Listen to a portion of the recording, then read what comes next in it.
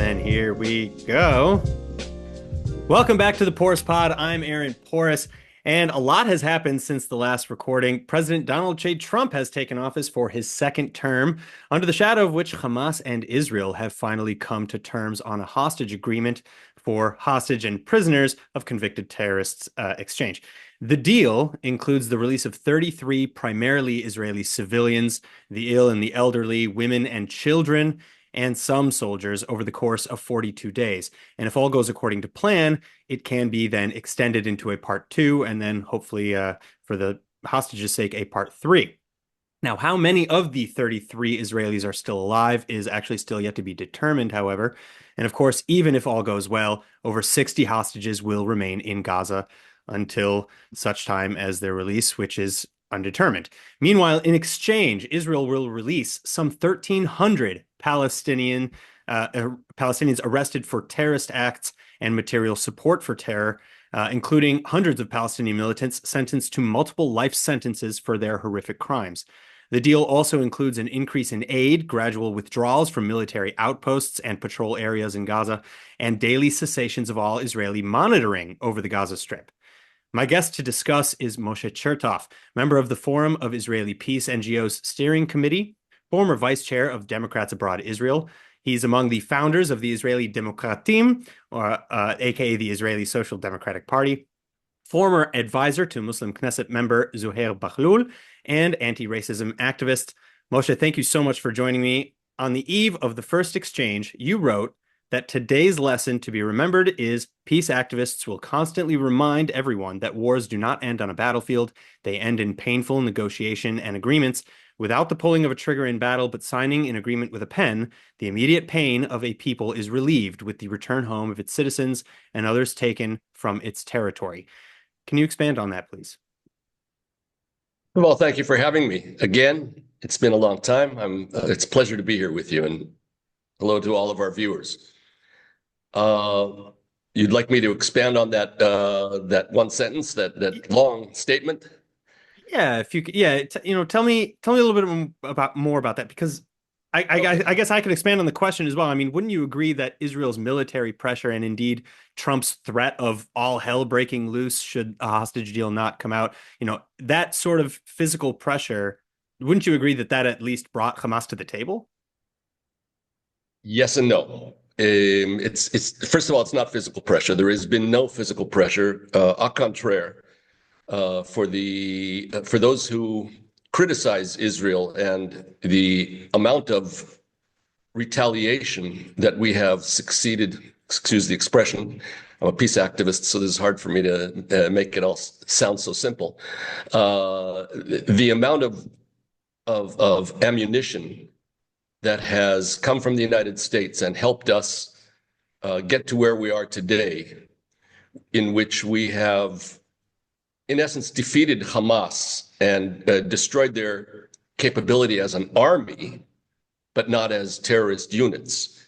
It was a terrorist organization that, in essence, became a government as it was voted in back in I think it was 2006. And no one really understood how large and powerful it was until it was too late. They really became an army, and that army no longer really exists. The same is true also of the Hezbollah in Lebanon. And to say that he put a lot of pressure on us, it sounds like we are giving President Trump more credit than he deserves, because it's very simple. In my opinion, I'm a peace activist. I was opposed to our going into Gaza physically, as opposed to a retaliation of the most minimal sense to be able to take out those who were firing missiles at us, because their attack had finished. And it sounds terrible to say it this way, but Israel more or less lost the war on the second day. Almost all of the Hamas fighters who had crossed over either were killed, or some of them had gone back into Gaza across the fence. And we were all just absolutely stunned. And I'm not exaggerating that in the least. It took days and days for many people to be able to go to sleep, to be able to actually wake up in the morning and start a normal day. And for those in the south, the missiles continued to come. That was the problem. And it's the same problem from Lebanon. You can push the Hezbollah back, way back, but it won't help in stopping the missiles, because missiles can quite easily go over the area that we're trying to maintain as a non-militarized area for the Hezbollah. But let's face it, Israel could have ended this war in an agreement, and sadly, almost the exact same agreement way back in May of 2024. And even that was far too long. Our government had similar opportunities to accept that plan, and we never took advantage of it. And many people didn't understand why we kept on going and kept on going. Every time it seemed like we were getting close, all of a sudden, Prime Minister Netanyahu would make some more objections, put in some more conditions, and on we would go. Hamas accepted it way back then. And there was also an agreement called the 3 Weeks Agreement by my friend who proposed it, Gershon Baskin, Dr. Gershon Baskin, that within 3 weeks, everything we were about to achieve, we are about to achieve, not in the first phase in the next 6 weeks, but in the total of bringing back all of our hostages and allowing Gaza to begin to rebuild without the Hamas remaining in power. This was agreed upon by Hamas long time ago. You're saying Hamas agreed to relinquish its power? Yeah, they agreed to relinquish its power to a group of, what did they call them? They were I'm forgetting the name in English. Excuse me. In essence, the group of people who were supposed to take over, according to Gershon's plan, were people who are not Hamas supporters. They are not Palestinian Authority supporters, but simply people who technically would be running the region. And if we want to go further back, for over a year, in the form of Israeli peace NGOs, in which I've been an active member for already quite a few years, we accepted the Biden plan way back then. Now, most people, when you say the Biden plan, they don't really know what you're talking about. Some of them have never even heard of it. But the Biden plan would have implemented everything that we're about to do. And it could have been done well over a year ago. And so to say that President Trump has made the deal or pressured us into doing it, we didn't need any pressure. We have hundreds of Israeli soldiers who've been killed. And on those first 2 days, we had 1,200 Israelis who were killed. A great percentage of those were civilians, not soldiers. And we had 254 hostages that were taken in those 2 days. Well, at some point, we should have stopped and said, okay, whether we're going to go in right now or not, it's not going to change the circumstances, because anyone we're going to be chasing is no longer there. We should have waited. We had the world behind us in those first 2 days. Most everyone who was aware understood and supported our right to be able to defend ourselves. Now, if you want to be a very hardline supporter of the Palestinian line, so you could say, yes, well, okay, you didn't really start this battle, but the real war, you've been controlling the Gaza Strip and the West Bank for 57 years. And that's against international law. So don't say that we started the war. But in essence, there was no provocation on October 7th or on the 8th. There was no provocation against Hezbollah, who didn't start in on the 7th. They started in on the 8th. And we were attacked. And had we had our senses, not us, but our leaders had our senses, then we could have made our case to the world and said, look, we did not ask for this war. We are not trying to go to war either with isn't that in essence exactly what happened? I mean, you had Hezbollah, the Houthis, eventually Iran. You had all these organizations, a 7-front war that began long before Israel retaliated with a single shot. And again, you could talk about the I think with great utility, you could make the case that Israel has a blockade around Gaza. But again, it's a sort of chicken and the egg argument that keeps going back further and further and further. Why is there a blockade? Well, because Hamas had a violent coup in 2007 against the Palestinian Authority, Fatah, and then started launching a bunch of rockets at Israel, and that Egypt actually also maintains that blockade in order to control the flow of arms that go in. That Hamas and indeed Well, other supposedly, but we Palestinian now and that understand that a other lot of the well, that we Hamas and now other understand that a Palestinian lot of terror those arms groups did come in in yeah, I'm sorry. through the Egyptian border. And it's not quite accurate that it took a few days for us to retaliate even with one shot.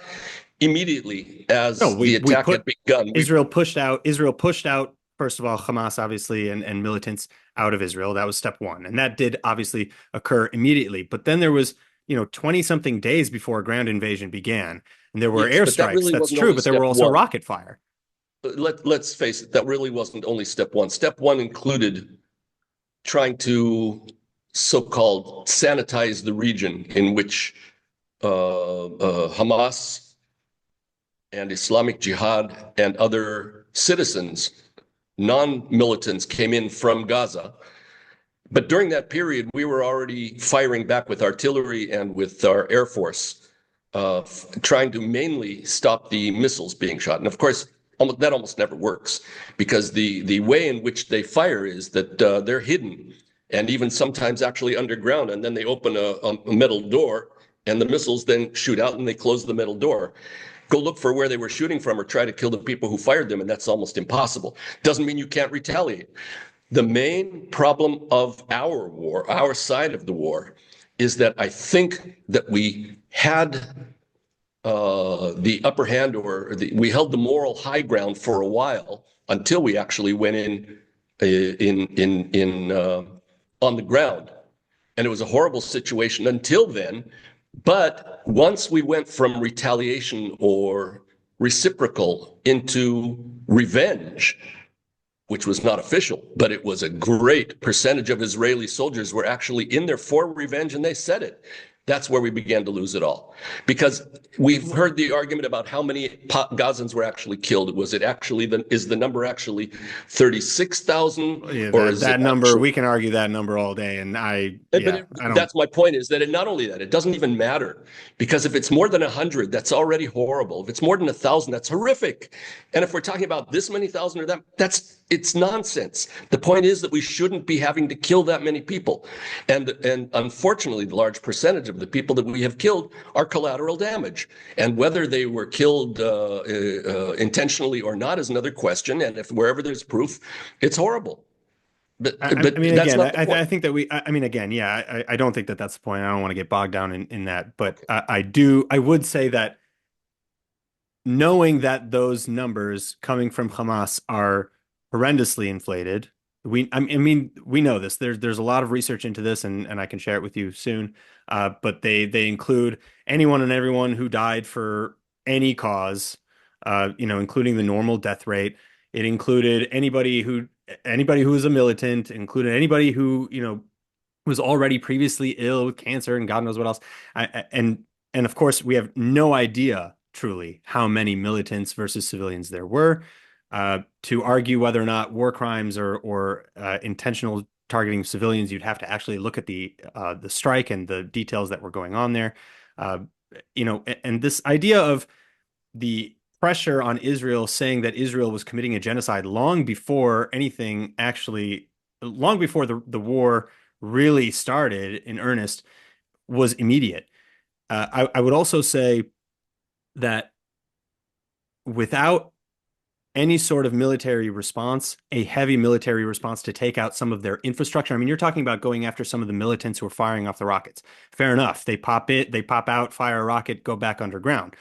But destroying some of their military infrastructure, I would argue, is necessary in order to prevent or at least deter another attack. Because if Israel had gone straight from October 7th to let's negotiate a hostage deal, that's a tacit approval. That's a promotion for Hamas to do it again.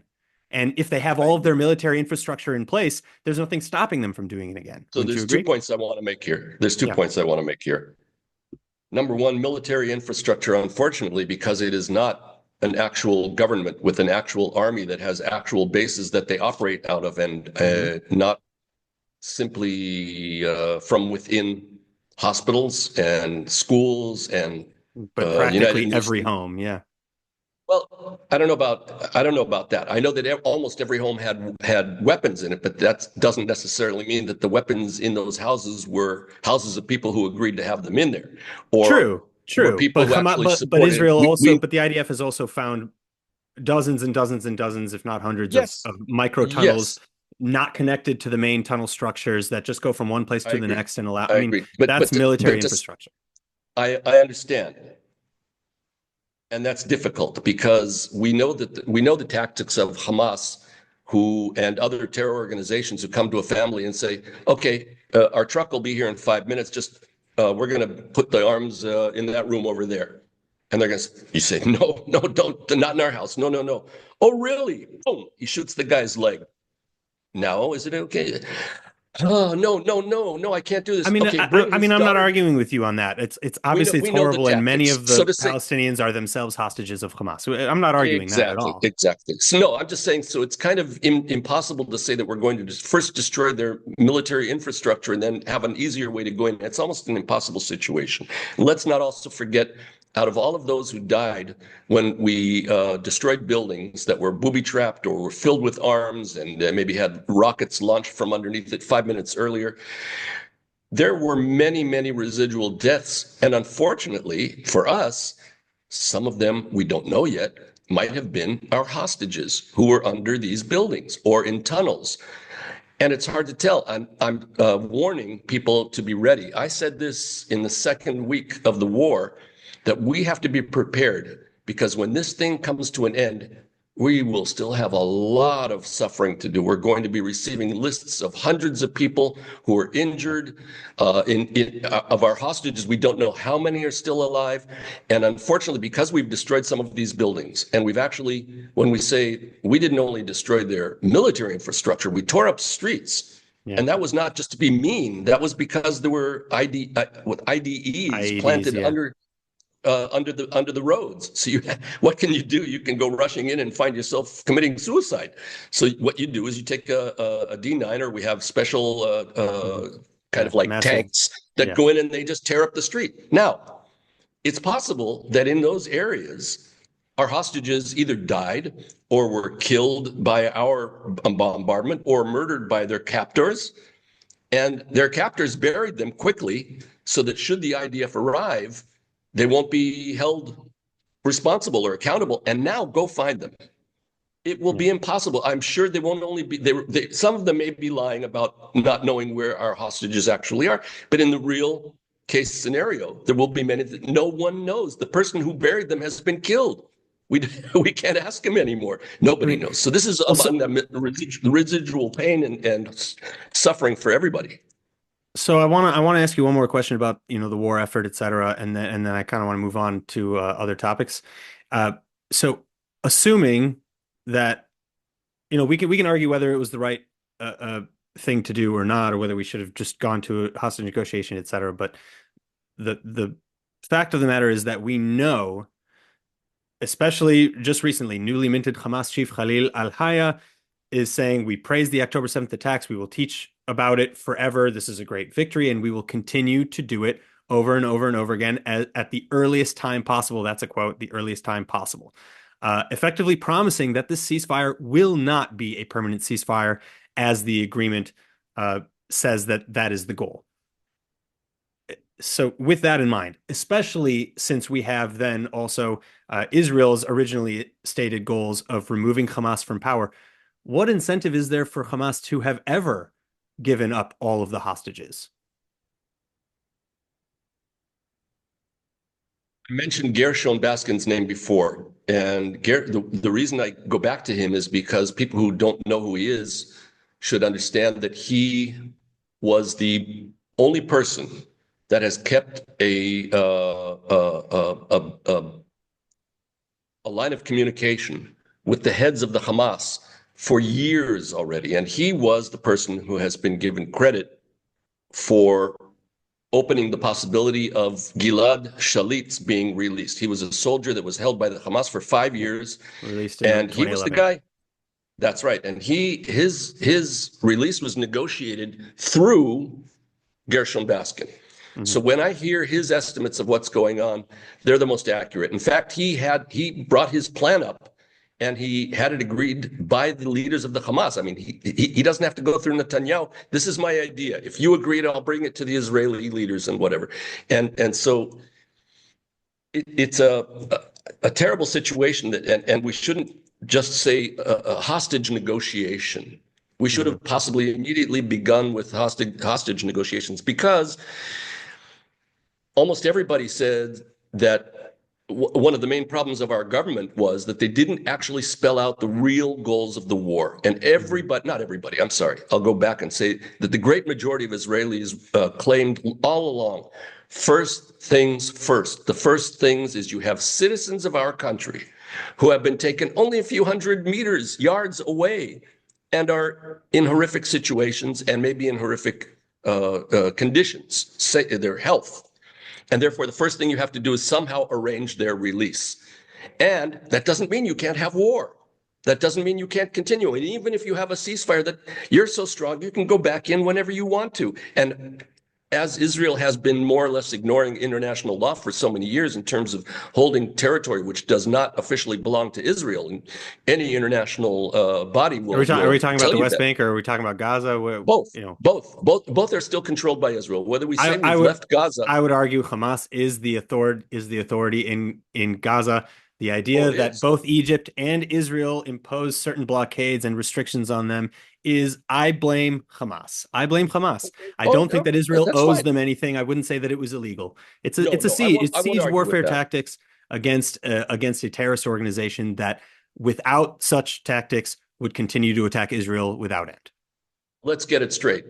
I'm not a friend of Hamas, and neither is Gershon Baskin. I know. I served for 22 years in the IDF, 20 of them in reserve duty, and with the best unit for the last 11 years before I retired from the Army. I wasn't a professional soldier, but I mean, when I stopped doing reserve duty, and I'm a proud citizen of Israel. So let's not get me wrong. I'm not trying to of course. Yeah. support Hamas, but we let our leaders continue pushing us without letting us know what the objectives are. If you have to go to war because you've been attacked, and I understand you cannot just turn the other cheek when you've had 12,000 of your citizens, your people, not citizens, 12,000 of your people, which are not only Israelis, but also people there were foreign workers here, all sorts. And that happened in a day and a half. Now, take the size of Israel of 10 million, compare that to the United States in 7/11. Yeah. 9/11. And in 9/11, thank you. And the ratio is horrific. In other words, the blow to Israel was horrendous. It's the situation in this country is simple. You cannot talk to almost anyone in the country who doesn't know someone, or someone who knows someone, or is a relative of someone who's been directly affected by the killing or the kidnapping. A girl from my kibbutz, what you see behind me are the fields of my kibbutz in the Western Galilee, and that's the flow of the stream when the rain actually falls. That's very rare, but that happens. A woman who was born on my kibbutz 43 years ago married a man who was born and raised on one of those kibbutzim on the fence with Gaza. When the fighting began, he heard it. He heard shots being fired. He went and got his pistol. That's all he had, and said, "I'm going outside to see what's going on," and closed the door behind him. And an hour later, he contacted her by cell phone, and he said, "Get into the safe room in your house, lock it, and I'll get back to you." An hour later, he said, "Look, this is ridiculous. There are 5 of us with small weapons, and there's 100 Hamas terrorists running around here. I don't know how much longer I'm going to be able to stay alive. Don't come out. Stay in there." And that was last she heard of him.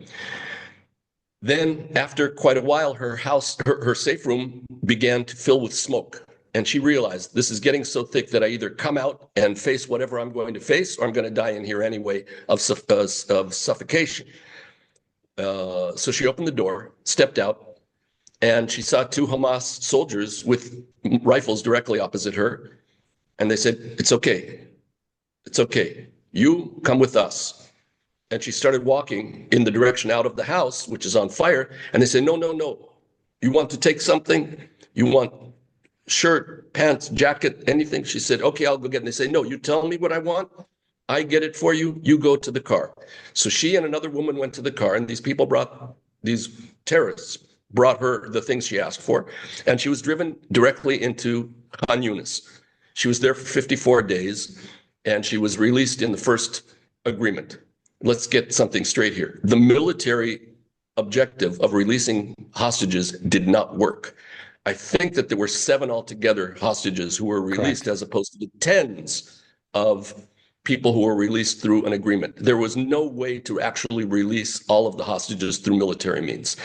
Now, she was lucky. There are other people who are not as lucky, and you might have read her. She wrote a letter to the editors of the New York Times. Her name is Liat Atzili. She's an amazing woman, an educator, and also a tour guide at the Yad Vashem Holocaust Memorial Museum. And she was one of the lucky ones. But just my family, I don't have to go that far. My daughter is a student in the Hebrew University in Jerusalem. She was asked by a friend of hers, there's this dance party going on down in the south. Would you like to come with me? And she said, "Well, how much are the tickets?" She said, "It's $75. She said, "That's a little steep for me right now, and I really should keep up with my studies. So invite somebody else if you could." "No problem. Please don't feel insulted anyway." So the other woman who invited her invited 3 other people. Those 3 people were murdered in front of her eyes in a cubicle, a cement cubicle what is used for shelter during bombardment of missiles, usually. Like it's 2-3 missiles, and after 20 minutes you get up and you go out. People were trapped in there. The 3 people she invited were murdered in front of her eyes, and she survived because she played dead under a pile of dead people for 7 hours until the army came to pull her out. What is my daughter? How do you get over something like that? And her friend is obviously, how can you live a normal life after going through that kind? I mean, these are the stories that I actually heard of Holocaust survivors. I have stories like that in my family, truly. There you go. It's like, everybody, as you said earlier, everybody's got a story. So unfortunately, that's the situation within Israel. Then you take a look at what's happened in Gaza and the destruction that's gone on there.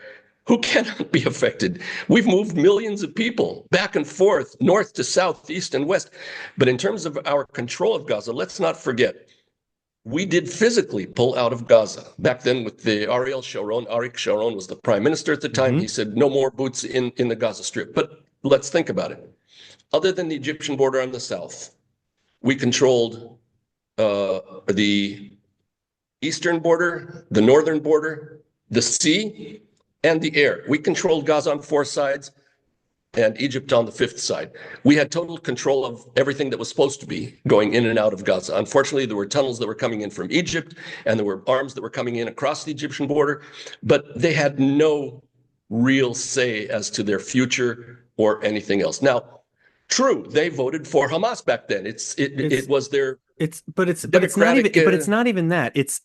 Do you believe that had Israel withdrawn and said you can have 100% full autonomy, do you really believe that would not have been used as a launching pad against Israel?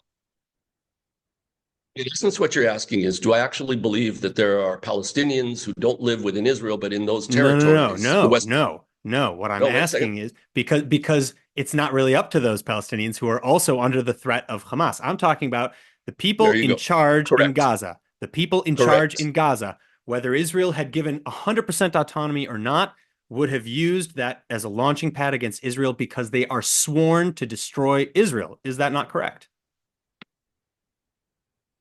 It was, without having done anything else. Yes, it's absolutely correct. But we've had alternatives. Again, we've held these territories for 57 years. According to the Geneva Conventions, you're allowed to conquer another neighboring country's territory, but you are also, from that point on, compelled to supply them with all of their civilian needs, everything. And in addition to that, you're supposed to find a way out. You're also not allowed to settle any of your citizens in those territories. You're also not allowed to attack any of the people in those territories if they're not attacking you. In other words, we had many, many, many opportunities over the last 57 years. To say that the occupation was the reason we were attacked on October 7th is not entirely fair. But on the other hand, we could have prevented this many times over.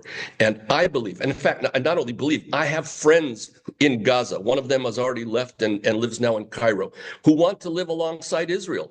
And up until not long ago, they really didn't have any realistic dreams of having their own Palestinian state, their own homeland. But that was becoming more and more a possibility. And had we allowed them, from the very beginning, we had tried to quell any groups that were organizing on the West Bank in particular from getting together and making some sort of a democratic leadership for a Palestinian state. We stopped all of that because we didn't want them organizing for anything. Now, I can understand that for a month. I can understand it for 2 months because we're going to give it back. So what's the point in letting them organize? When we're done, we're done. But that hasn't ended. And it appears that it has been the case for all those years that we never wanted to give it back. And as a peace activist, I say, okay, we get it. You don't want to. Don't give it back. So annex it. Go ahead, annex. You can't say that the left in Israel has prevented the right wing in Israel from annexing all these years. Netanyahu has been in power since 1996. After he, by the way, took advantage of the murder of the assassination of our prime minister. But again, this goes back to what I was saying earlier about that chicken and the egg situation, where we can talk about the withdrawal from 2007 and whether or not it was cynical or played up for the world, whereas the intentions were maybe elsewhere. We can talk about that for a long time, but at the end of the day, you still have Hamas in power, which all the way back in the 80s during its formation said, we don't care. We will not respect any agreements. It's in their charter. We will not respect any agreements except for as a means to allow us leeway to attack Israel until Israel is gone and until every Jew in the world is dead. That is Hamas's charter. You also have in the Palestinian Authority, many, many, many times in the last 80 years, an agreement has been put on the table. And rather than saying, hey, I don't like this deal, let's negotiate it, they just walked away. That's Bill Clinton even said that. Bill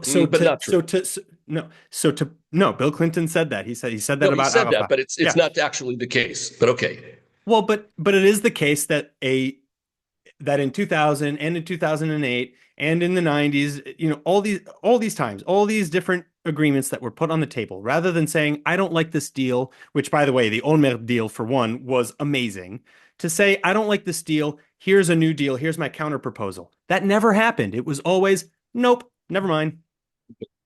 So to blame Israel, to put the blame on Israel, even an ounce more than 50%, I'll be generous, is I think wrong, because it takes away the what's it called? It takes away from the Palestinians' own self-determination and autonomy and their own behaviors. It takes away from their responsibility in making peace. Say that the Palestinians were the only ones responsible for not creating a peaceful situation until today. That's obviously not true. But I'll give you two examples. I said 50%. I said no, it's nowhere near 50%. No, it's nowhere near 50%. And the reason I say that is in your introduction to me, we didn't mention the fact that I was the editor of an entire peace agreement that was signed by two delegations, one Israeli and one Palestinian, in 2003, called the Geneva Initiative Final Status Agreement. The Geneva Initiative was the Swiss invited Israelis and Palestinians to come and discuss and come out of it with a real peace agreement as if they were governments. And this was only as if, because It was not official. It was not the actual government officials in delegation, either of the Palestinian Authority or of Israel. But there were people there, not just a bunch of, let's give them back leftists. Yeah, let's give it all back to them. Who needs what? No. There were former chiefs of staff, generals. There were people of various walks of life in Israel and Palestine. They sat down and they hashed it all out to the level of where the water will come from for each side, where their drain water will go, what frequencies in the air they will get for AM, FM, for aviation, etc. I mean, really finite stuff. You got into it, yeah.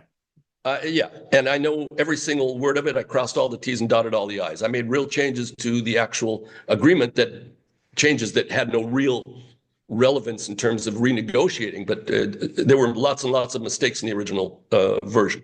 And the English, by the way, is the official version, so that there won't be an argument that you didn't translate the Hebrew to the Arabic properly or vice versa. English was. So I know what I'm talking about, and there was an agreement signed in 2003. Had either, and in particular, had both sides had leaders with the will to be courageous enough to come forward and say, we're going to take that agreement and we're going to start working on it. We're not going to accept it as it is. We're going to go through it, and we'll say, this first one, that's okay with you. Good. Number two, that's good. Number three, you don't like that? We'll put that aside. We'll talk about that later. And then you have a few months, possibly, to finish off all of the items that hadn't been totally agreed on, or that you don't like, or that there were changes on the ground since 2003. And you could have been in a situation where there would be two states. Now, let's not forget that the two states are not 50-50. The two states are 22%. Yes, 22% of what would be from the river to the sea, the Palestinians have agreed to accept as their homeland. They've given up their rights to Akko, to Yaffo, to all of Jerusalem, et cetera, et cetera. It was a huge, huge agreement. And they had given up all sorts of stuff so that we actually did have an agreement between Palestinians and Israelis. The problem was, since way even before that, but in particular since then, Netanyahu has constantly fed the Hamas, who he saw would be the alternative to having the PLO create an actual Palestinian homeland. He didn't want a Palestinian state, so he fed the opposition. He didn't totally look down the road to see. So what we ended up with was a much weaker Palestinian Authority, who were more open to the idea of creating a real final just solution to the situation, and he made Hamas what it eventually became. That's one example. The other example was the Ehud Barak, the former prime minister. I've heard him speak. We've talked, and the way he explains it is one thing. Another way of explaining it is that when all was said and done, but the Palestinians didn't have what they wanted to have control of in Jerusalem, they walked away. I mean, when you think about it, it's the third holiest place in Islam in the world. And there's just, if you don't get it right for them also, you're going to blame them for walking away? I mean, you've agreed on everything. What if it were the inverse? No, but again, if we go to the Olmert plan, for example, he offered half of Jerusalem. Well, it depends on which half and what is the control of the Temple Mount, et cetera. There's all sorts. But again, that's a starting point for negotiation. To say that to put everything on Netanyahu, I think, removes the agency from the Palestinian leaders. Agreed. But yeah. I don't want to be led by the Palestinians to have peace. I want to have my leaders every day looking at. I want them every day to say, okay, has anything changed? What can we do today? Can you get me Abu Mazen on the phone? I want to ask him one more time. I'll tell you a story that Abu Mazen told me when we were together in Ramallah. He said that he and Netanyahu were called to sit together when the French foreign minister came to Israel and the territories, to invite both of them to come to a peace conference in Paris. And they spoke with Abu Mazen, and he agreed. And then they spoke with Netanyahu, and then they spoke together.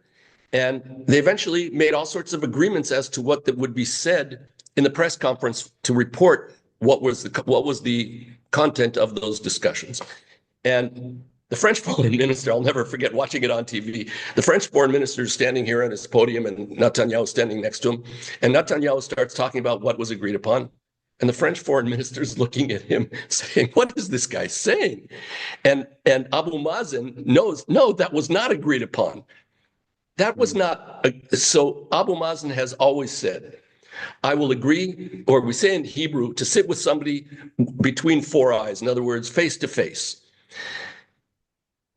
Abu Mazen said, I will never sit in a room alone with Netanyahu anymore, because whatever we agree upon, and even whatever we disagree upon, we can't leave it to him to tell people that, because he has distorted almost everything that was said in those discussions. Therefore, if there are three people, Netanyahu, myself, and one other independent person, then I'm willing to sit with Netanyahu. Netanyahu always used the phrase, I am willing to sit with as long as there's no preconditions, yeah. No, not only no preconditions. I'm willing to sit with him anytime, any place, just the two of us. In other words, you're not willing to sit with him because he's already said he can't sit with you alone because he doesn't trust you. He doesn't believe you, because every time you make agreements, you come out and you say something else. So that's part of the complexity of all of this. Now, let me just say something to your viewers. I apologize, first of all, because this is so complex that if you were to get a bachelor's of science on what happened here since still know nothing. Yeah, it's nothing. And you will need another full degree, a master's in what happened only since October 6th. And it's so complex. Unbelievable. And those of us who are in the peace camp or peace activists, I hope you can imagine how difficult all of this was, because many of the people living along the Gaza fence were peace activists.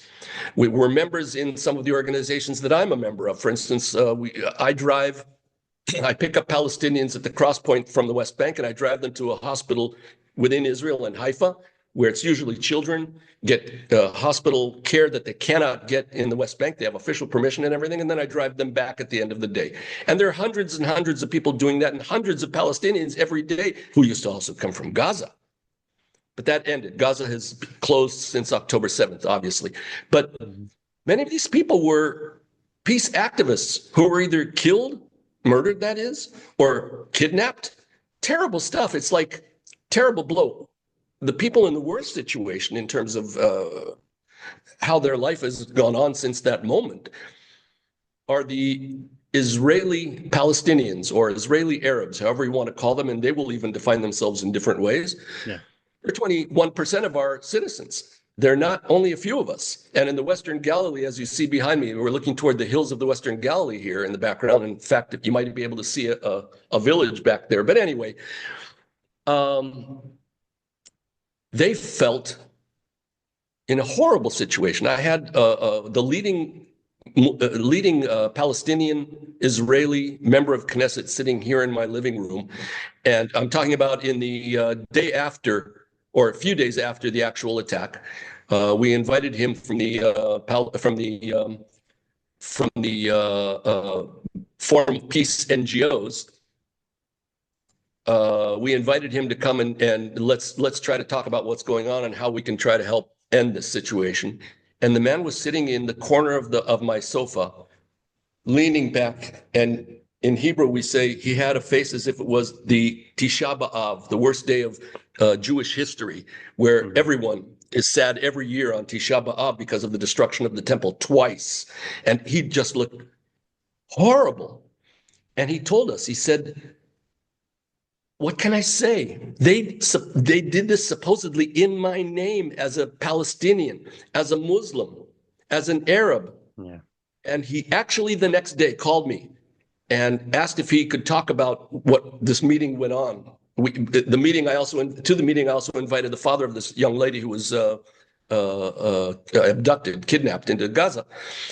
He stood up on the stage of the Knesset. I said, yeah, you can talk. He said, I want everyone to know there is absolutely nothing in the world, including the most ferocious occupation. There is nothing in the world that could have possibly justified what the Hamas did in Israel on October 7th. This is a guy who almost never spoke negatively about anything Palestinian. And most Israelis, it just went right over their heads. They didn't even hear it. That is a tremendously important statement. Tremendous. Yeah. And that's the situation now. In the Western Galilee, we're a minority. The Jews are a minority in the Western Galilee. The Arabs or Palestinians are the majority. And if the Palestinian Israelis decided one day to go on strike, we wouldn't have hospitals running. We wouldn't have medical centers. We wouldn't have service centers of all sorts of parts of Israeli society. They'd all closed down. And we live together in daily lives. In the Western Galilee, we're mixed, absolutely mixed. There's no problem. And there's also almost no friction here in the Western Galilee. It's not like in the center of Tel Aviv in that area where you almost never see an Arab. And if you do, people are like, whoa, what's he doing walking around here? I know of areas like that. I don't know if I would agree with that characterization, but no, not Tel Aviv. But I have friends who live in Kfar Saba, and they don't see any Arabs unless they're construction workers. That's it. And if they see someone not in a construction site, they are worried. Now, we in the Western Galilee, of course, it's standard. So the situation is very, very complex. Now, at the time, it's an interesting thing that happened. At the time, on October 7th and the few days following, many of the Palestinian Israelis realized they are just as Israeli as any Jew as far as Hamas is concerned. And I have friends who were murdered on that day. Actually, he's Bedouins, the cousin Muslims, of a friend of mine. Many people were murdered, non-Jews. Yeah, he was an ambulance driver. He was trying to save lives, and he started begging with them in Arabic, and they killed him. And there were many Bedouin who live in that area and other Israeli Palestinians who were murdered. They realized that whether they like it or not, they're considered Israelis. And it made a mind switch for many of them. Unfortunately, as time went on and when we went from retaliation to revenge, I got phone calls from friends in the village right across you can almost see the village right behind this Turkish aqueduct that you see. A friend from that village whose father actually escaped from the Hamas and came to live in that village because he apparently was he helped Israel. He called me about 2.5 weeks after the war started. He said, Moshe, you remember you met my uncle who came here to visit my father before my father died? I said, yeah, I remember him. So he said, he had almost 20 people from his family who were killed by our bombardment. So this is something which is hard to comprehend because they've been pushed from one side to the other. And these are our friends. These are people who grew up alongside of us. And it's terrible. The whole situation is terrible. And then to amplify the situation, then the Hezbollah came into it and started making sporadic attacks here and there until a few months ago when it became unbearable here, when we were running to our safe room numerous times during the day. And we had also two members of my kibbutz, two men from my kibbutz were killed in battle in one day within 3 hours of each other. A 51-year-old was serving in Lebanon and a 21-year-old was serving in Gaza.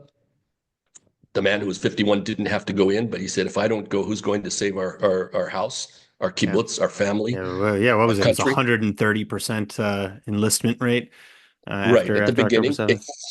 That's the call-up rate. Yeah. But let's not forget that one of the main issues in Israel, and in particular, since this war started, is that there's a large percentage of Israeli Jews who do not serve and are not compelled to serve. In other words, according to law, they're supposed to serve, but the ultra-Orthodox communities in Israel have considered themselves, no, we're not going to do that, and there's no punishment.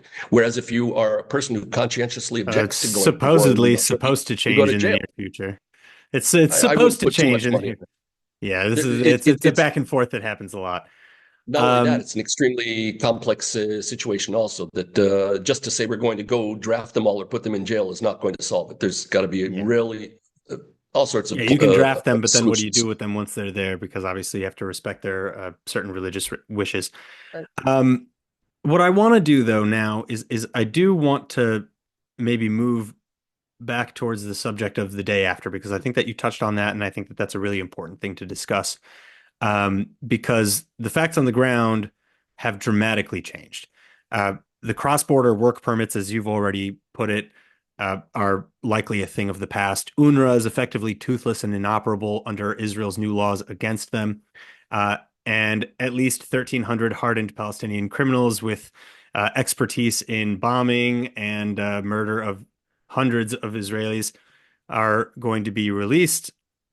What do you see as the future of Israel-Palestinian relations, in the near to long term? And yeah, and how would you compare that to?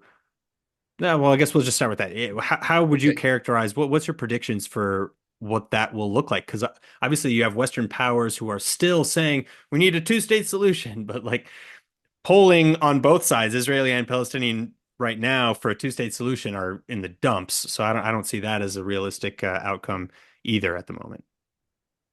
Okay.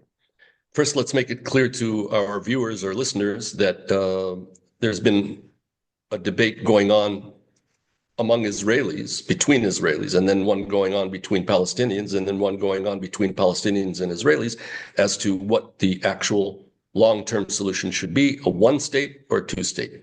So one of the reasons, well, first of all, the two-state solution was losing Or something popularity. else, I think. I think that's Or a anything. third Yes, yes, option that yes. I There are think is usually combinations. ignored. There are combinations called federation or confederation. There are all Or sorts an of Emirati thing, as a lot of people have put yeah, up. there are There's all all sorts sorts of of ideas that have come possibilities. up. Yeah.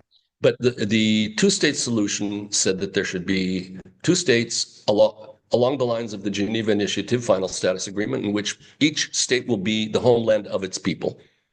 The Jewish people will have their homeland in the state of Israel. The Palestinian people have their homeland in the state of Palestine. That was losing ground as the time went on in those 57 years of occupation, and they saw these people aren't leaving. Why should we have to deal with this? This is ridiculous that we're building on any two-state solution. That's not going to happen. So what you had was three one-state solutions. One said there are the extremist Jews who say, yeah, one state, Israel. Anybody who doesn't like it, there's another 22 Arab states, let them go wherever they want. That's not going to work. They're not leaving. No. The other is the Palestinian one-state solution, where they say, yeah, this is Palestine, from the river to the sea. Well, wait a second. There right now are 7 million Jews and 7 million Arabs living between the river and the sea. That doesn't mean there must be 50%, 50% will live, all of the Palestinians must live on one side and all of the Jews must live on the other side. So eventually, the one-state solution became not the majority. The majority was still held by the two-state solution, but was becoming a smaller and smaller majority. Since October 7th, all of a sudden people realized, ain't going to be no one-state solution, doesn't matter which. They're not leaving and we're not leaving. So the only real solution is going to be a two-state solution. How, what it will look like, that's another question. But the Biden plan that I talked about before spelled it all out. It really spelled it all out for Gaza. Now, let's leave the West Bank for a moment, because they're actually two separate entities that live different realities, although they are both Palestinian. And I have to say, there are still many, many thousands and hundreds of thousands of Jews living in the West Bank. But in terms of Gaza, let's talk about Gaza. The Biden plan said the day after the Palestinian Authority will be put in charge of the administration of the Gaza Strip. But because many of the people who have been living throughout Hamas rule, and which was very authoritarian rule, you couldn't disagree with them. So they would not be really willing to have the Palestinian Authority come in, who they would consider them as kind of traitors working with Israel. So that won't work. But to have them as administrators only, on the ground, boots on the ground, troops to maintain the peace, to maintain civil life, you will have members of the states who have already made peace agreements with Israel, with their soldiers on the ground, with Israeli intelligence telling them more or less things like, we see that there are missiles about to be launched on this street of that city at this address, get there now, stop them. So they would be the soldiers. The administrators would be in charge of all of the infrastructure of water, fuel, etc. You have the Israelis running the intelligence side of things and more or less giving instructions or requests to these multinational forces on the ground. And then above all of that, you have the United States, who brings in all of these countries. It brings in the Emirates to foot the bill for the reconstruction of Gaza. Once Israel would accept the fact that a Palestinian state should exist, should be established, then the Saudis, the Saudi Arabians, would be willing to normalize their relations with the state of Israel. We would become friends. This has been a desire of the Saudis for quite a while. Many Israelis also look at that in terms of the business prospects and everything. It's an amazing thing. Yeah. Just to give you an example, which has nothing to do with military or the situation in Gaza, we're talking about an entirely new world, which isn't just something like a dream. We're talking about think that would give rise. It still leaves the Palestinians without autonomy, though, under that plan. Right? They're administered by a sort of Israel international hybrid. And, you know, I know, especially now being abroad, where I'm really inundated with some of the voices from outside of Israel. And I think having spent the last 10 years in Israel prior, I think that I have seen now firsthand just how different the information that we're getting is. Because I don't think Israelis are really understanding what it. Yeah, I don't think Israelis really understand the discourse abroad, and it's hostile. It's very and anything that doesn't give full autonomy to a Palestinian authority in some shape or form will be used as a cudgel against Israel to say, well, it's still some vassal state, or it's still an occupation, or it's still illegal, or Israel still doesn't have a right to exist. So why are we agreeing to anything? Or, oh, great. Now the Emirates and the Abraham countries are joining Israel. I guess they're a bunch of Zionist shills. You know what I mean? Like that narrative would not go away under the Biden plan. And by the way, I'm still kind of, I guess the heart of my question is also what do you think the reality will be moving forward? Not necessarily what the dream was. Okay. And first of all, it wasn't a dream. It was a plan that never really became something that was being implemented at all. But let's go back to one thing you said before that, and that is what was seen overseas as opposed to what was seen in Israel. Mm-hmm. I understand that, for instance, almost all progressive Americans don't watch mainstream news anymore. That's over. They watch, and I've investigated this, many of them have their main source of information, their main source of news coming from, can you guess? TikTok. Where they would watch. Nope. Al Jazeera. Oh, God, yeah, that too. That was my third guess. Al Jazeera gives great, I've seen it, they give great North American or American news. It really is good because they're not slanted either to the right or the left, the Democrats or the Republicans. You think so? They give American news. That's what I've seen. Okay, you can disagree. I disagree, but okay, agree to disagree on that one. That's fine. That's fine. But nonetheless, that's their main source of information. Then in addition to that, they watch what is called the, what is the name of it? An internet news program called Democracy Now! And that's very, very leftist. And their version of what happened on October 7th is quite different. Their version of all of the Palestinian-Israeli story is much different. But that's where these people are getting their information from. Now, if you look back to October 7th, when did the attack start? At 6:30 in Israeli morning. What time was it in New York? Around then? Middle of the night. Already about 6. Yeah, true. Yeah, it was about 11. Friday night. Friday night in the middle of the night. No one's watching news on Friday night in the middle of the night. No one's watching news on Saturday in the States, very few. No one's really even watching news on Sunday except Face the Nation and those kind of programs. They're watching football and other stuff. In other words, where did most Americans get their first knowledge of what happened on Saturday morning in Israel? Was on Monday evening in the 6 p.m. evening news in the United States. And apparently from Al Jazeera.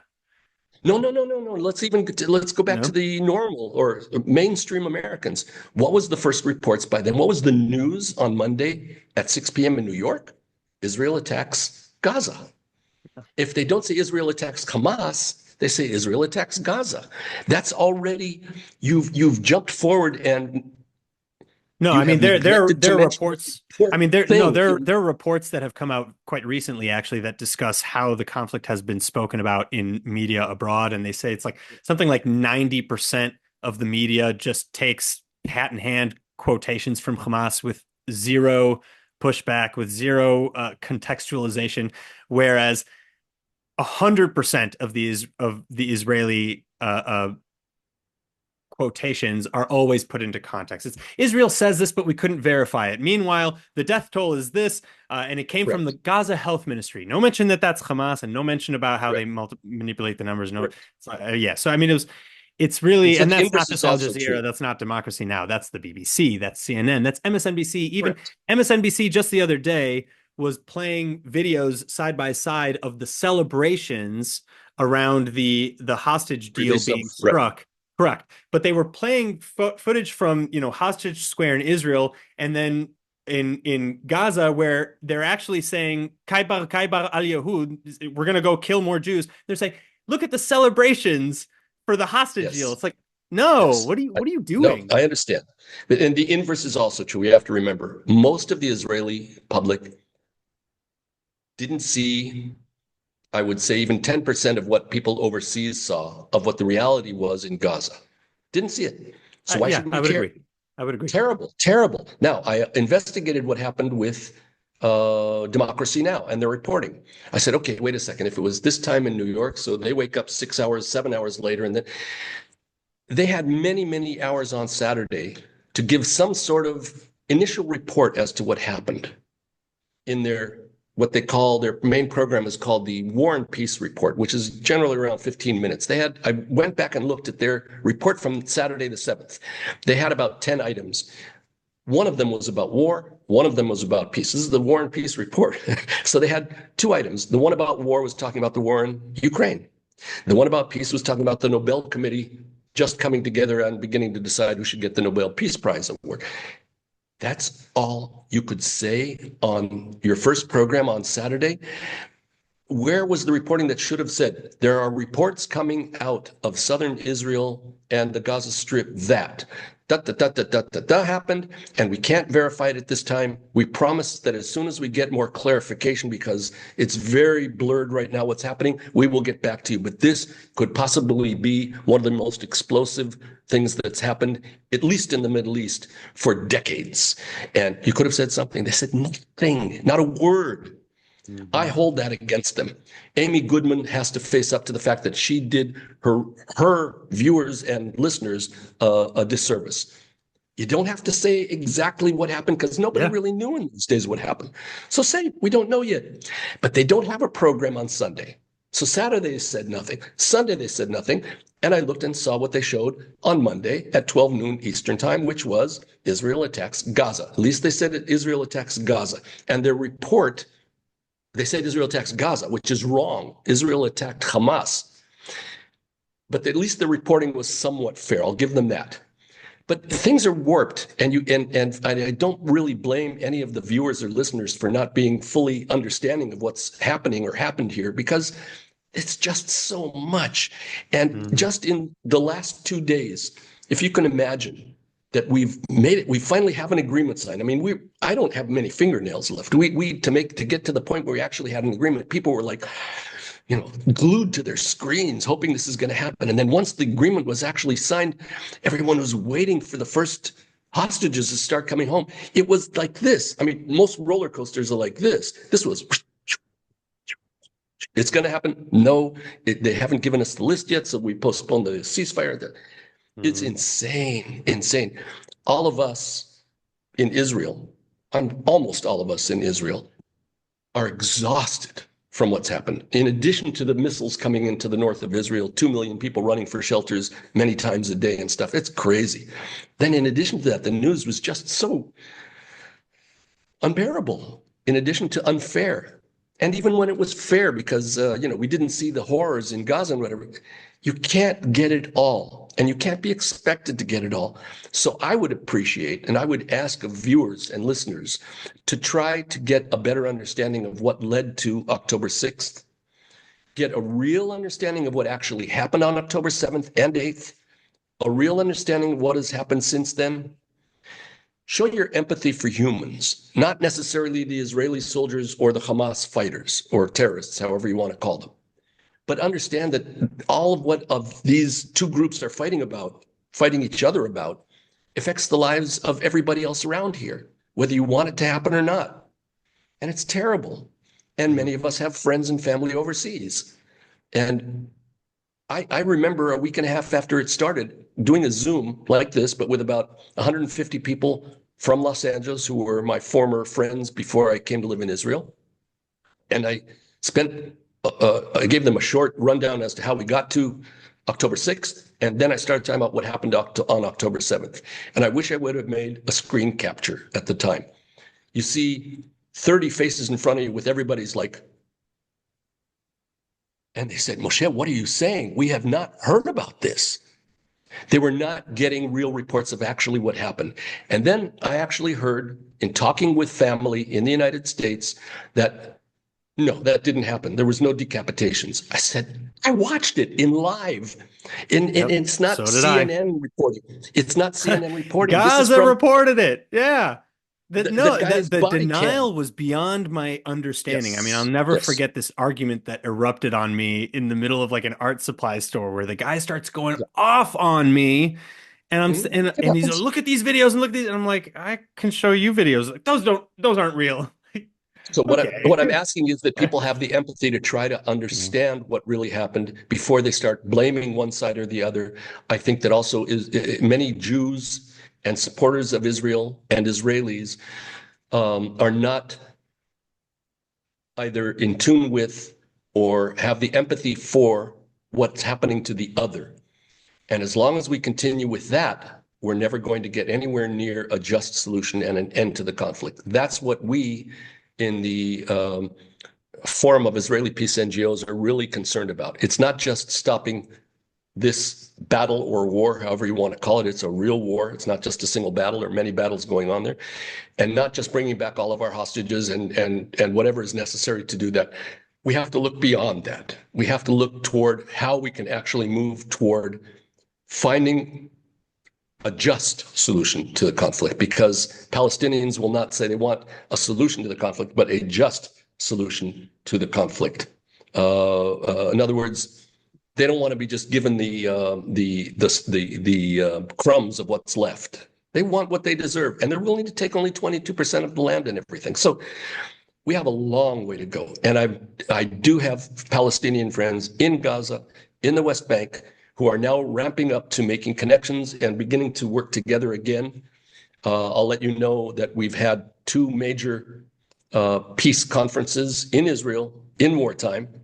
One in Tel Aviv filled what would be the equivalent of Madison Square Garden of Israel in Tel Aviv, the Yad Eliyahu Stadium, with over 6,000 people, peace activists, with an amazing lineup of people who appeared and gave great speeches, and